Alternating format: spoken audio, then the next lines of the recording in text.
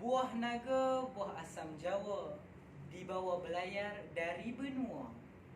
Nama saya Muhammad Syahmid Izwa, pelajar dari SMKAA Timur. Bismillahirrahmanirrahim. Assalamualaikum warahmatullahi ta'ala wabarakatuh. Dan salam sejahtera. Firman Allah Subhanahu wa taala di dalam Al-Quran, iaitu surah Al-Alaq ayat yang pertama, iaitu a'udzubillahi minasyaitonirrajim. Bismillahirrahmanirrahim. Iqra bismi rabbikal ladzi khalaq. Shadaqallahul azim. Yang mana maksudnya, bacalah dengan nama Tuhanmu yang telah menciptakan. Seperti yang anda dapat saksikan sekarang di hadapan saya ini merupakan buku-buku yang telah saya baca.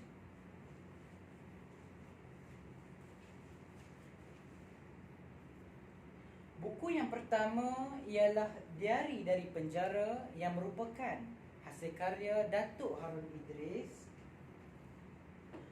Buku yang kedua ialah Cerita Cinta Ahmad Amar, yang merupakan hasil karya grup penjejak tamadun dunia. Dan buku yang ketiga ialah Al-Khawarizmi Bapa Matematik Moden, yang merupakan hasil karya Syafi'i bin Abdul Rahman. Buku keempat pula ialah Bina Ilmu Sempurnakan Akhlak, yang mana merupakan hasil karya penulisan daripada Bahagian Pendidikan Islam Kementerian Pendidikan Malaysia, KPM. Dan buku yang terakhir ialah Oh Tanah Suci, yang mana merupakan hasil karya Natasha Efizal. Berikut merupakan kelima-lima buah buku yang telah saya baca.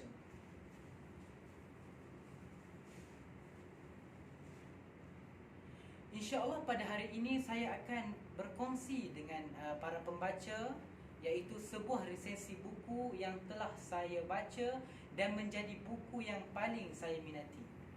Adakah anda ingin tahu apakah buku tersebut?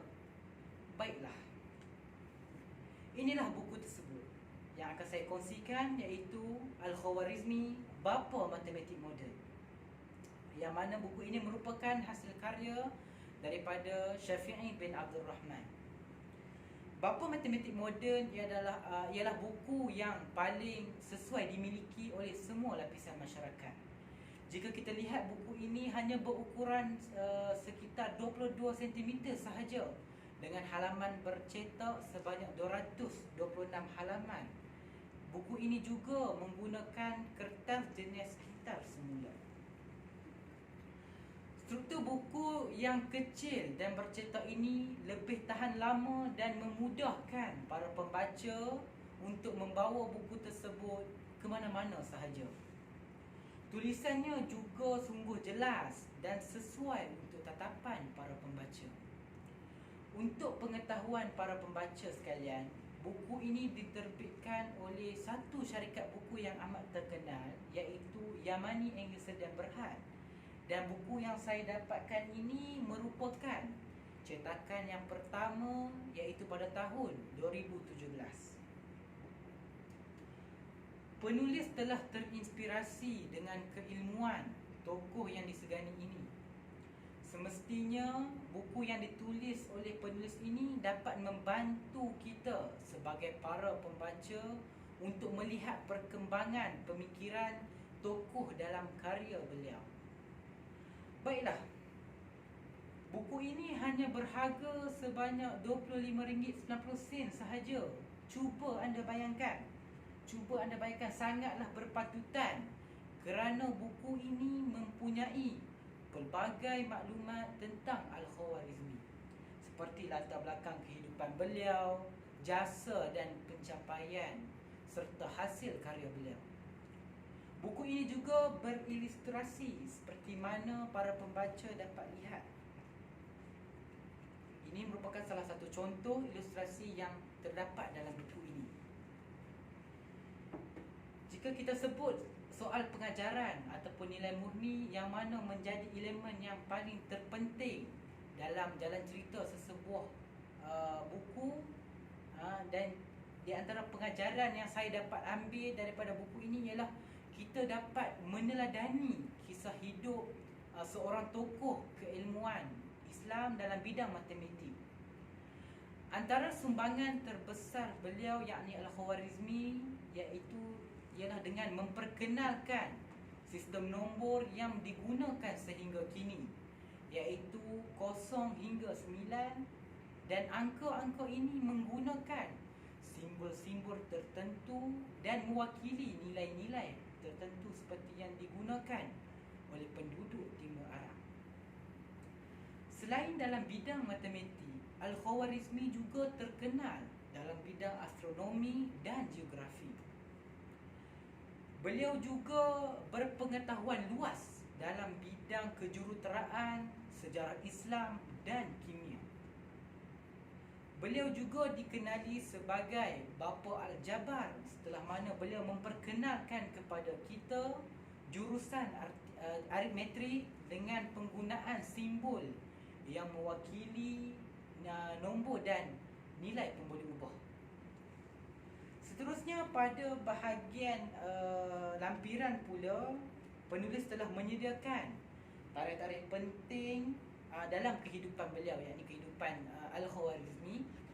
Sebagai contoh, penulis telah mengetengahkan tarikh lahir beliau, yakni Al-Khwarizmi, iaitu pada tahun 780 Masihi, dan beliau ni dilahirkan pada kota Khwarizm di Uzbekistan, yang mana Uzbekistan ni dia terletak di tengah Asia, di Asia Tengah. Ya, maafkan saya, di Asia Tengah. Dan terdapat juga senarai rujukan yang boleh kita rujuk sebagai maklumat tambahan, yang mana penulis telah letak di bahagian penulis telah meletakkan di bahagian belakang dalam buku ini. Konklusinya, marilah sama-sama kita membudayakan amalan membaca supaya kita menjadi insan yang berilmu dan insan yang hebat. Seperti mana Allah Subhanahu Wa Taala telah menyebutkan di dalam kitabnya yang suci, yakni Al-Quranul Karim, di dalam surah Az-Zumar ayat yang ke-9, iaitu A'udzubillahi minasyaitonirrajim. Bismillahirrahmanirrahim. Qul hal yastawiyal ladzina ya'lamuna wal ladzina la ya'lamun. Sadaqallahul azim. Yang mana maksudnya di dalam ayat ini Allah telah membuat perbandingan di antara orang yang berilmu dan orang yang tidak berilmu. Jadi adakah kita masih mahu menjadi insan-insan yang rugi, yang mana insan yang dikategorikan oleh Allah Subhanahu Wa Taala sebagai insan yang tidak berilmu? Sudah pasti tidak. Kita mahu menjadi umat Islam yang berilmu dan berfikiran yang rasional dan berfikiran yang mantap. Jadi para sahabat, renung-renungkanlah dan fikir-fikirkanlah berkenaan dengan ayat Al-Quran yang telah saya bacakan tadi. Sekian dulu daripada saya, Muhammad Syamil Izzah bin Muhammad Rosli, daripada Sekolah Menengah Kebangsaan Agama Arau, Tahfiz Muda Uli Al-Bab Timur Arau Perlis. Sekian. Assalamualaikum warahmatullahi wabarakatuh.